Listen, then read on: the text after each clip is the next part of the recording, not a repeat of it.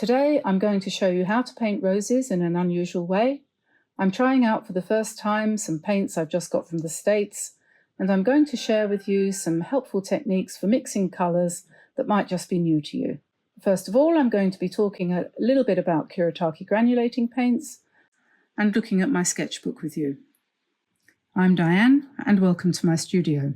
Last time we investigated these Gansai granulating colours from Kuretake, which I had just received from them as a sample for me to try out and recommend if I found I liked them. And I did like them, and I did recommend them, and I think quite a lot of people have bought them. And this is the kind of painting that I did. I just made myself a new little sketchbook using just any paper that I happen to have hanging around. This is a sort of fairly soft, smoothish kind of paper, and I got myself a comb binder. You can get them from Home Depot or online, and just get some of these combs, and they're easy to put together.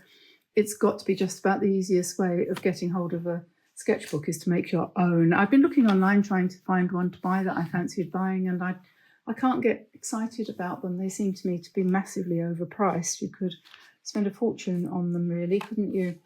Anyway, so I'm not going to talk about these very much today because we did a great big thorough review of them the other day, but I did paint some more butterflies using these, and I just wanted to show you a couple of the things I've done with them before I go on to something different.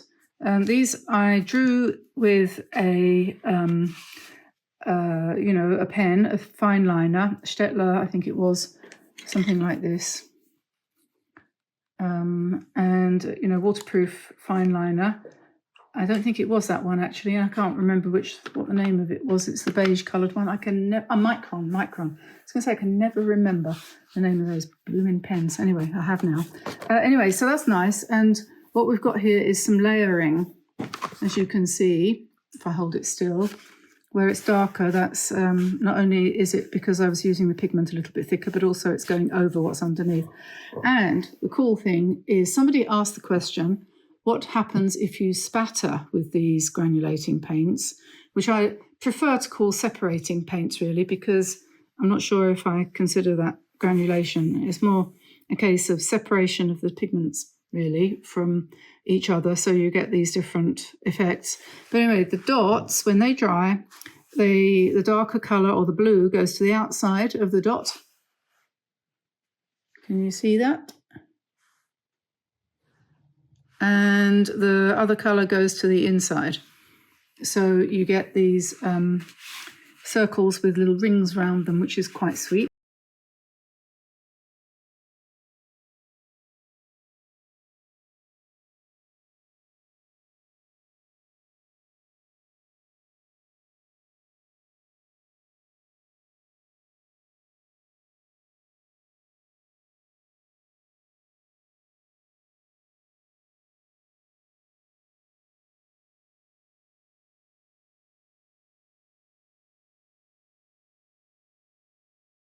Using the Gansai granulating colours, and I put the leaves on first, and then I filled in around the edges with flowers, or here and there.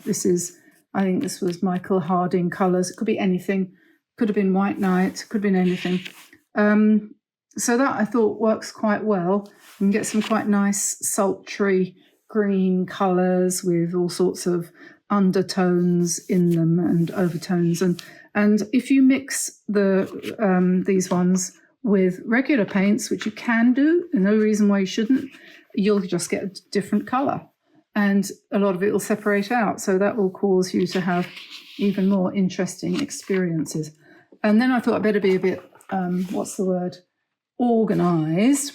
So I thought I'll just try out the 5 colours here. And what we did find the other day, I said they all seemed very similar. Well, they do and they don't. The longer they have been drying, the more the differences show. And you remember this, we haven't painted on this yet. but this is a background, and I swear that the longer that sits there drying, the more you can see the granulation and the more you can see the pink separate from the blue. And even Kuretake, they say themselves that the amount of granulation is going to depend on the paper. And on this smooth paper, we don't get so much granulation, if you call it that. We're getting more a case of separation. You can see the pink is separating from the green and all these colours. And so it's very subtle. And here we have some more of these dots, which I was trying out. But I thought these little flowers were really quite good. I just used the paint fairly loosely and just let it sit there, and it does that. So, you know, it's what you pay your money and you take your choice, as they say.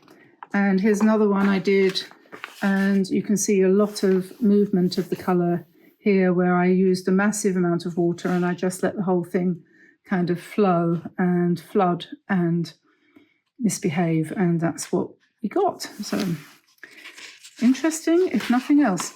And then I decided I would go to my next new thing. The other day I came across a video on Skillshare, and because I occasionally feature Skillshare in my videos because they like us to advertise them. And the lady that was doing the video that I recommended in the last one we did for Skillshare, I can't remember her name. Anyway, she was using Holbein paints. Now, I've never used Holbein before. I always thought they were German because Holbein is kind of a German name, isn't it? But they're not. They're Japanese, I believe. I don't know where well, I think they are.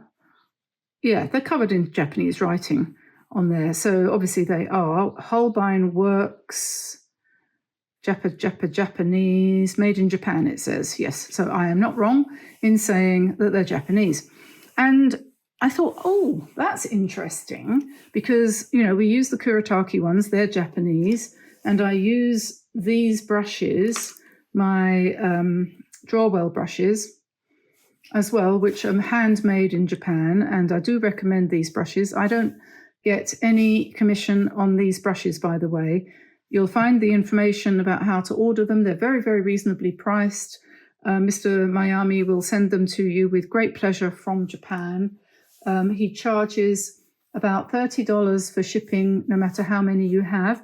So if you steal yourself and say, I'm going to get a dozen or so brushes, you're going to get them at a very good price. And if you can team together with somebody else as well and share the postage, even better still. But I do recommend them, especially. I really like these, the 778, this is called the 778 Maestro. They keep a beautiful point, very nice brush, and at a very reasonable price. Anyway, I'm a great fan of Japan. Never used to be, but I am now. Things change, you know, life moves on, whatever. What was I going to say? Yes, so I bought 6 colours. I went to Amazon, and I'm going to say thank you publicly to my great friend Denise, who lives in California, who was kind enough to let me send them to her, because the shipping from America to England for France, I'm not in England, I'm in France, for this is horrendous, probably wouldn't even ever arrive. So I got them sent to her in California, and she sent them on to me. And they arrived in no time at all. So that was very handy. Thank you so much, Denise. You're an absolute star. And the reason why is because I wanted to help with mixing colours. Because this year is supposed to be the year of the peach, isn't it? This is, peach colour is the colour of the year. Well, have you ever tried mixing peach? It's not easy. It looks as if it ought to be. Well, it is really, but if you haven't got the right colours, and you can't buy it, or at least if you can, I've never come across it, but I thought, I know what we'll do is we will get some of these things that this lady on Skillshare was recommending. Shell pink and something called jaune brilliant, or jaune brilliant, which is not at all how it sounds. And when we mix them together, we can come up with colours like this. You see these ones here? And anything in between and around and about. it's great. It's exactly right. So I'll just put that over there a minute. These are the sorts of colours you get when you add that to burnt sienna. So that's something else. But yeah, so I did this using these new Holbein colours, and I did this, and these kind of totally loose and haphazard and relaxed and expressive florals are fun to do. Really, they are, and so easy. And you know, why shouldn't we do them? Just because they're easy doesn't mean that we shouldn't do them, does it? Anyway, so I'm going to put these colours out to show you what they are, and then we'll have a look at them. This is the jaune brillant. I don't know why they call it that. Brilliant yellow. I don't think that's brilliant yellow. On the other hand, what is brilliant yellow is this, which is yellow benzimidazolone, otherwise known, I discovered, is called azo yellow. So thank you for that, Michael. So that's azo yellow. Saves a lot of concern, doesn't it, to not have to say benzimidazolone, which I can't say. So that's jaune brillant, and that is azo yellow. And then we want some of this shell pink, which is baby pink, really, isn't it? Reminds me of matinee jackets that we used to knit, remember? I don't know what the pigment colours are for these. The other one that I got that was, these are 3 greens which I wanted, which we'll use. But the other one I wanted was this lavender blue. And it just makes me think of lavender and forget-me-nots, you know. So as well, we want to have a little bit of quinacridone purple out here, and this is a lovely spring floral palette, and quinacridone rose. These Michael Harding paints, can't wait to get out of the tubes. Any of these, you can get quinacridone rose from anybody. I just happen to have these ones most handy. So there we are. Now, what you're going to do, if you want to make a peach colour, is we are going to, it's a good idea to mix some up in advance and put it in a palette like this, a divided palette, if you want to know that you can, you know, access it quickly. And then in another one next to it, you can have your quinacridone rose, and then your greens, and then in the middle you can bring the colours in to mix up. You can clean this out periodically and then mix again. Or you can just use it all up, you know, because mix that all together and you get quite a nice colour. Yeah, so that's what you would do. And you just transfer it from your mixing area to here, or squeeze it into here and mix it. But you could end up wasting a lot of paint if you do that. Anyway, that's not the way I paint. I thought I would just show you that because it's, well, it is a way. I do it sometimes, but it's not the only way. So you could take a little bit of this pink and you put it here, and then a tiny dab of the yellow and a bit of the jaune brillant, and then a bit more pink. And lo and behold, you've got a sort of peachy colour there. You can make it yellower if you want. And if you want to sort of strengthen it, you can just, see, you don't need much. You can add a little bit of that. So usually when I'm mixing colours, I end up sort of doing this until I get to the colour I want. And then I've got other colours that I can use too. So there's your peach. I'm a little bit more haphazard than some people. Some people like to have everything, you know, differently organised to me. But so those 3 colours will make peach and other variations of it. If you want to, you can add to that a little bit of, this is burnt sienna I'm bringing in here, just to make it a little bit darker and a bit more autumnal, you know. And you could add some white if you wanted to, just to dull it down a little bit, you know, pale it up a bit, pale it down like that. And then we can try it out on the back of this.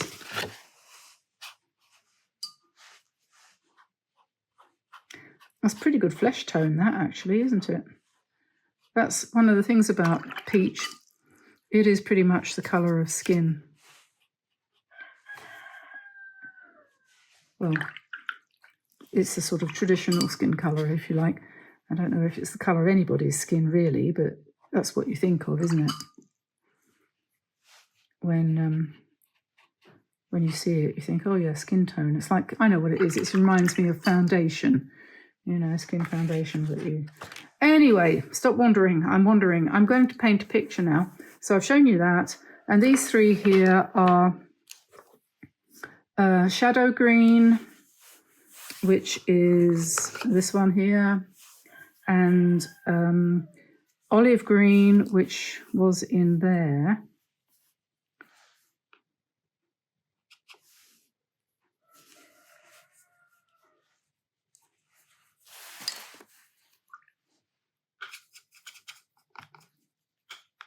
It's a nice brownish green. And the other one is something called terre verte, which is this one here. So those three greens together plus the yellow will give you an infinite, almost infinite range of greens that will all go together.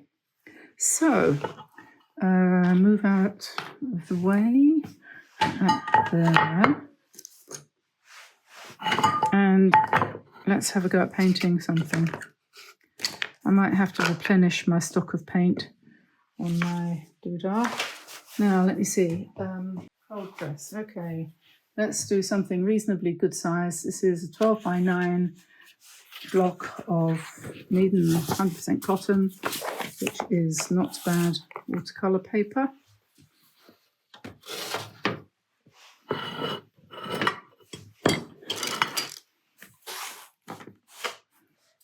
And I'm going to sit down. So let's start by painting some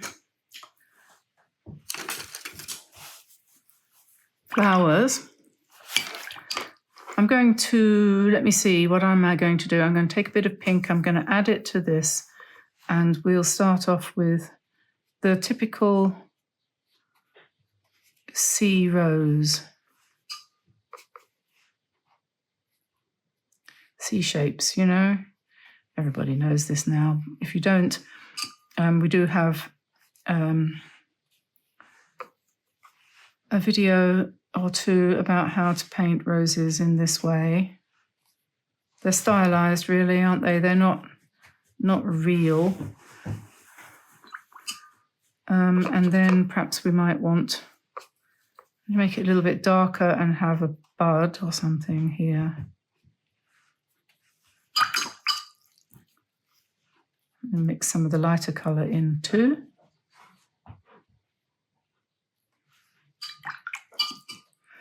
And then we could pick up some green, add a bit of yellow, perhaps.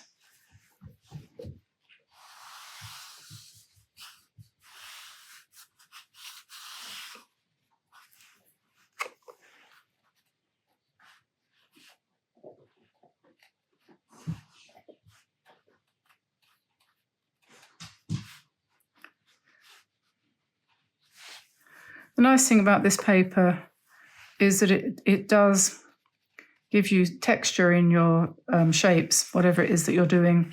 And if you've painted for a little while on smooth paper and then you come to this, you sort of think, oh yeah, that's why they invented it.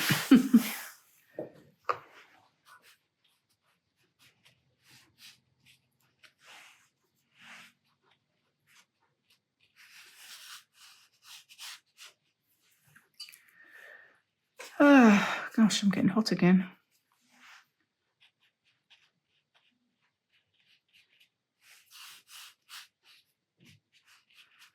The best thing to do with roses is to keep your shapes all varied and colours changing and so on and so forth. Don't get stuck with one green. You should, every time you go to refill your brush, change your colour a little bit. And don't worry if it goes a little bit running into the flower, because if you think about it, your eyes don't focus on everything all the time. I'm going to take a little bit more of a slightly darker colour and bring that into the centre here, and just let that smush around, and we'll call that a rose by any other name. And then what should we do down here? I think perhaps we'll put another rose over here.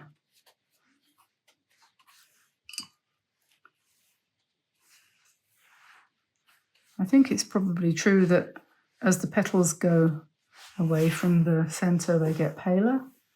Isn't that right? We've had a lovely display of tulips this year. It's the first time I have really, I'm not going to say succeeded, because I don't think of it like that, but we haven't had tulips before. I planted some tulips a few years ago and they didn't come up. I think I did it wrong. I'm not very good at things. But this year, Tamsin planted them. And, they've been lovely. And they've gone on forever. It's amazing.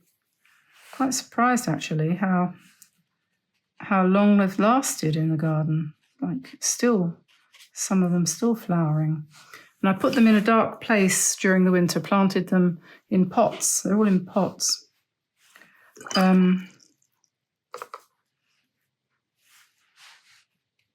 And put them in a dark place and forgot all about them. I put some of them in a drawer in the studio and totally forgot about them. I went to get some towels out of the drawer and found it was full of green shooting tulips. Honestly, I've forgotten all about them, but they're fine. They're fine.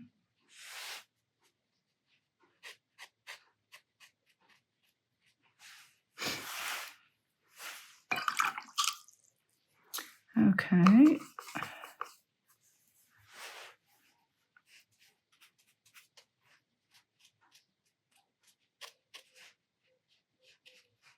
You can scratch into the, if you can find it and you've got a scratchy thing, here it is. You can scratch into the leaves when they're still wet, and you can give yourself some veins that way. It's cheating, really, but you will get veins.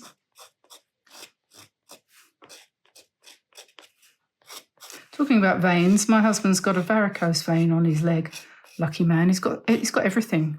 He's so lucky. He's got something of everything. And anyway, so, oh my God, my leg's sore. Does anyone know what you can use as a cream to help with veins? I have no idea what to use. I don't want to go to the doctor for it. They give you something to cost you money and doesn't do any good. Okay, so we're going to leave that there like that. And then I think, shall I do something in, I think probably, let's carry on with these lovely peachy colours, but we'll do something more like this,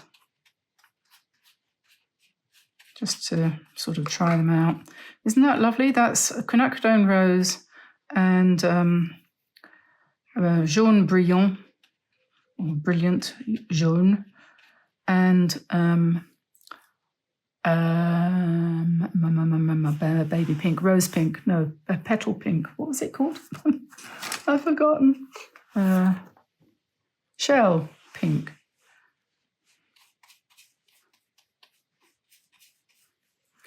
Okay. And I suppose the centres ought to be yellow.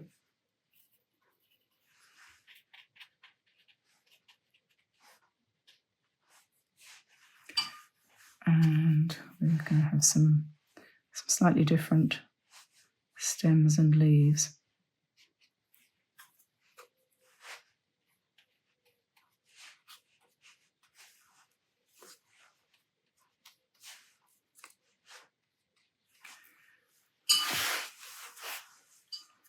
We might want to put some spatter around and about. And we'll put some more of these up here. They're like dahlias, aren't they?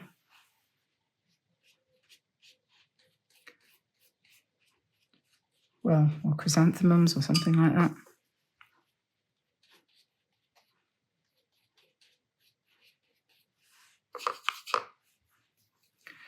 They're a little bit sort of semi-opaque because of these colours being that way inclined.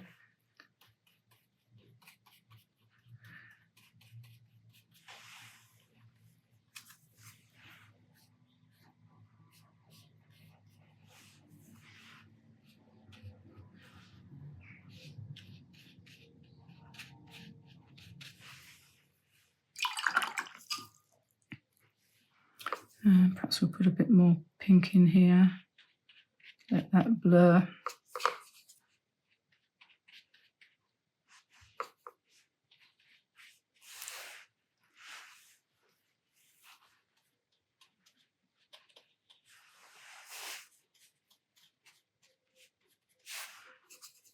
So a good way of expressing your personality, you find out whether you're a tidy or an untidy person.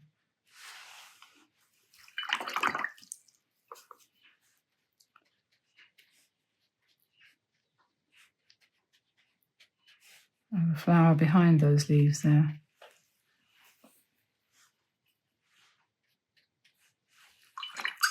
Needed that. And I think probably we might need a bit more colour here. It's looking too pink really now, so I think I might have to find myself some nice dark green. I think I'm going to switch to the PG from Michael Harding, and we'll put in some really strong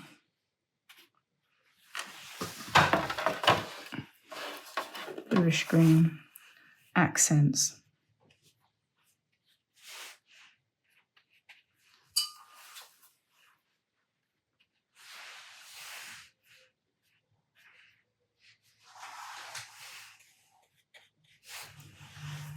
I don't know if this is going to work.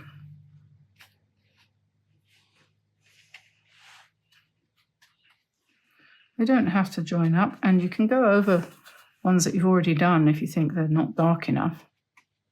Give yourself a bit more variety.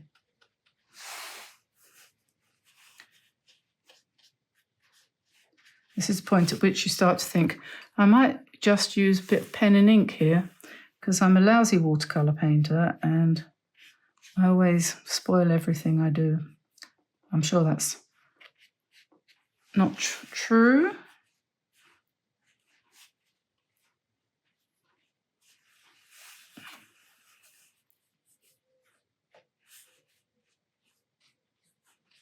It's somebody else was talking about the ugly phase. We used to have a dog, Keeshonds, and when they're about 10, no, how old? About 5 months old, they start to go really ugly. And we used to call it the uglies, obviously. And paintings are like that too. And often you can rescue them just by keeping going. It's best not to give up.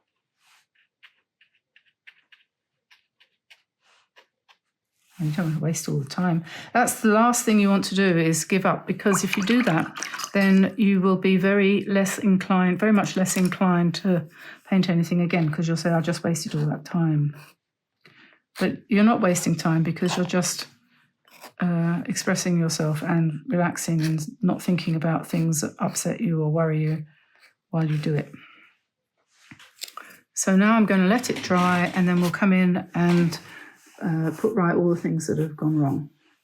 Okay, so there we are, and I do not think that is finished, really. So I'm probably going to use some of my Poetique mock pens, brush pens. I'm not quite sure which colours I'm going to use yet. I have to try a few out. But I'm also going to use some white pen. And I've got an Artistro extra fine tip water-based ink shake press draw pen here. And we're going to have a go at doing some white lines on the leaves and seeing how that works out. Whether or not it's going to be good, I don't know. You can never really tell with white. I'm not sure about this one. I don't think it's as good. No, I don't. Let's try this. That's a bit different.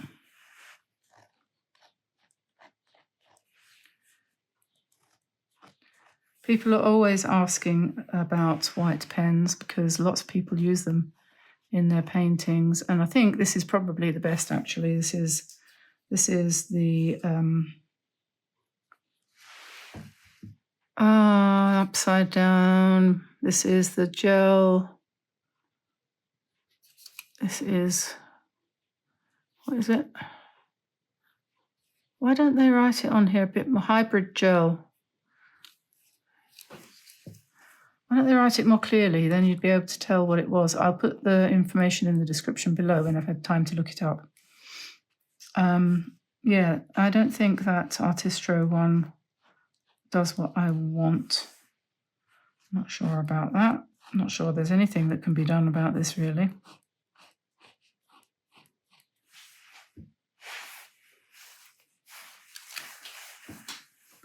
Yeah, not sure about that. I think I might try something else. We might try some ink. You know how it is. Oh, maybe I'll try using this pen since it's sitting here to do some ink lines with. We could do that. Let's see what happens now. We put in some nice thick lines.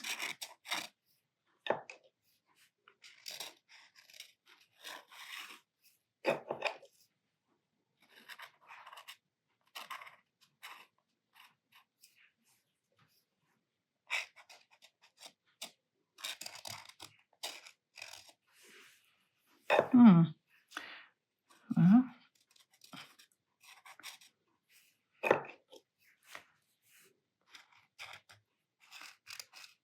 this is burnt sienna sennelier ink.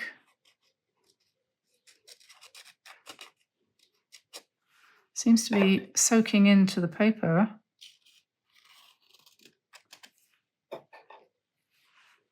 You could put some.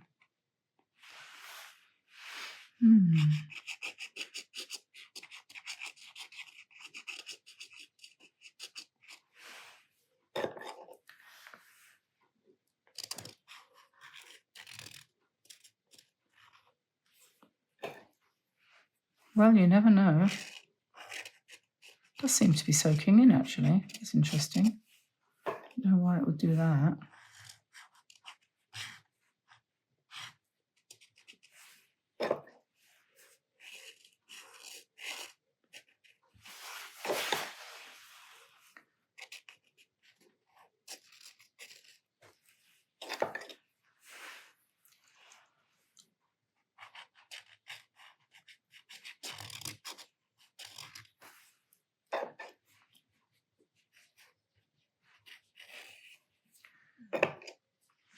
It's hard to know whether something like this is going to work to your pleasure.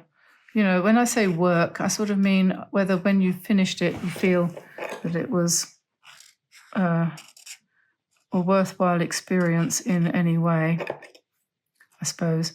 I should stop saying that. I should stop saying I don't know if it's going to work. What I'm really thinking when I say that is I don't know whether this is going to be good enough to use as a video.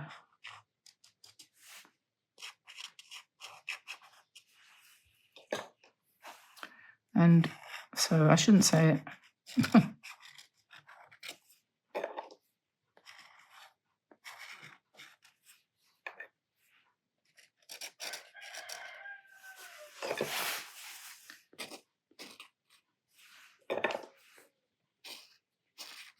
But most of my videos start out intending to be one thing and then end up turning out to be something else. You notice that?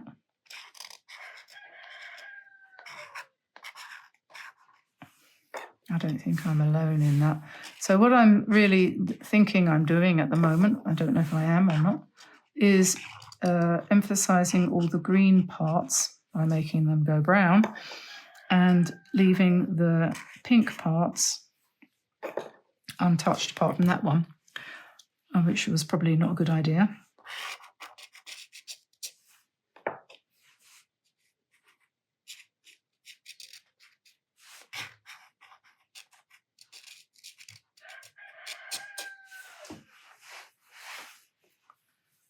And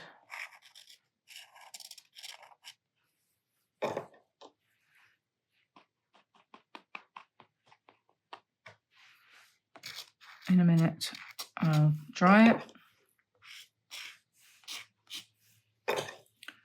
and we'll see what we have.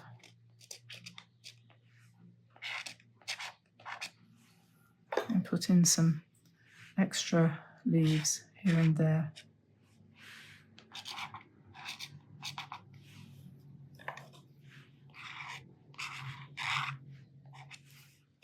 That's probably what we need. We need to be brave and go over the top.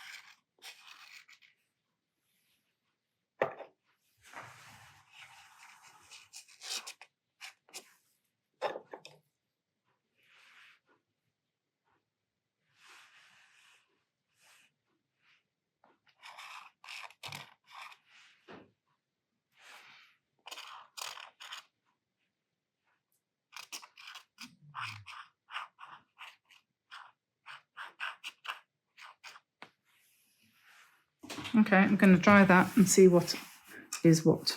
So there we are. I'm going to stop there. I have inked over a lot of the watercolor work that I did with a very heavy layer of burnt sienna Sennelier ink using a Japanese calligraphy pencil or piece of stick, basically. You could have used anything, but a piece of stick would have worked quite well.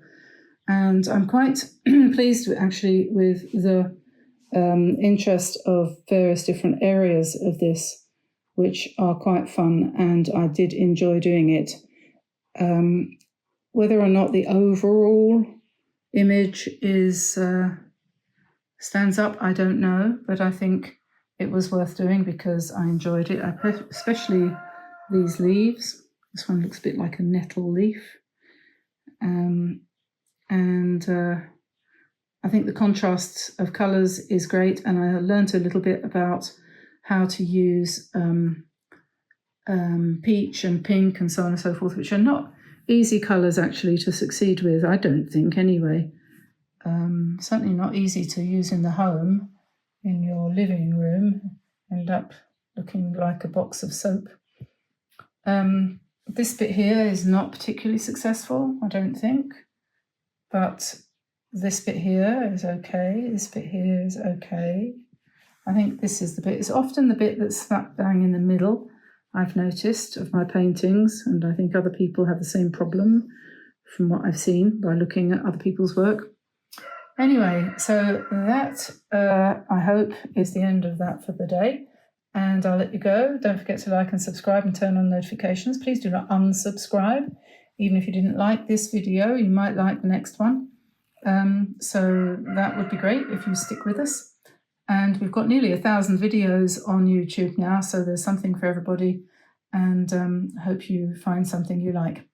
So I'll let you go now, and I will see you again soon. So I'll say bye-bye for now, everybody. Bye-bye.